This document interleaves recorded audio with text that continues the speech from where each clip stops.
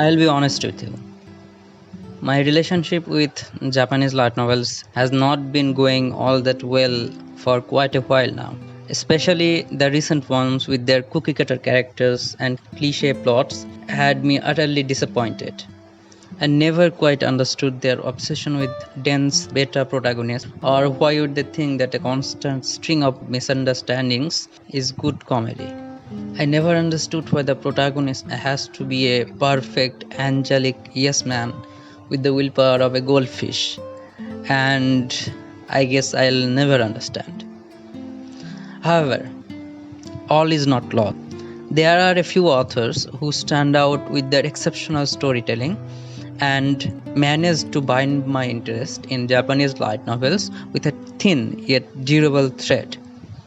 The author of this novel, Ryuto, is one of them.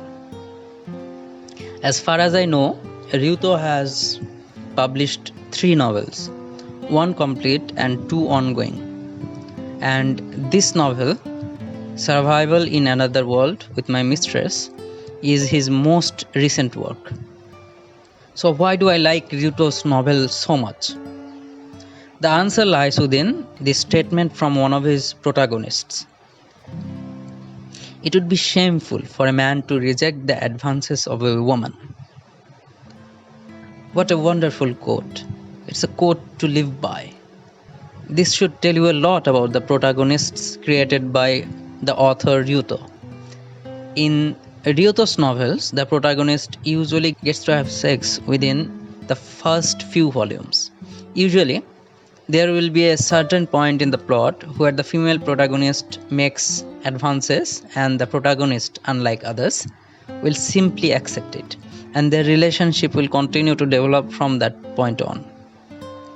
It's the same for the novel Survival in Another World with My Mistress. The protagonist is suddenly transported to another world and he reacts like a normal person. He panics, he feels afraid of these strange situations, and eventually, like any intelligent person, he tries to keep himself calm. He tries to use his knowledge from playing survival games to survive. He analyzes the situation he is in and acts in a level-headed manner. Then he suddenly finds his ability, which he tries to analyze, find out the logic behind it, and test it out in various ways. In simple words, the protagonist is not mindless.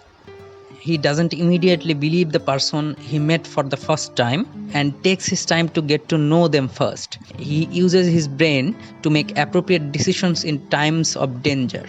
He is a true survivor. The protagonist doesn't just slave away passively. Everything he does, he has his reasons for it. This is a man who knows how and when to say the word no. All the other characters are the same. They can think. They have their own agendas and plans. They take their time to judge and then interact with the protagonist. The female protagonists didn't fall in love with him at first sight. They took their time getting to know each other well. The harem forms naturally, and there is a reason behind it. There's also a proper structure in the relationship. There are little to no silly misunderstandings, blue balling, and cock blocking. The protagonist is a straightforward man. If he thinks that he should say or do something, he immediately acts on it. It's the same for the female protagonists. And that's what makes this novel and the author's other novels so different. The world building is nothing special. It's got everything a fantasy world should have. The plot itself is nothing revolutionary either. Some might even find it a bit bland, but it's certainly not predictable, and it has its fair share of mystery and surprises. Finally, yes, it's not without its flaws, but nothing is flawless. What makes this novel stand out is the author's willingness to break away from the trend and do something different with his characters. And I, for one, greatly appreciate that. Thank you for listening. If you like my work, please like, comment, and subscribe to this channel. And I'll see you in the next video. Thank you.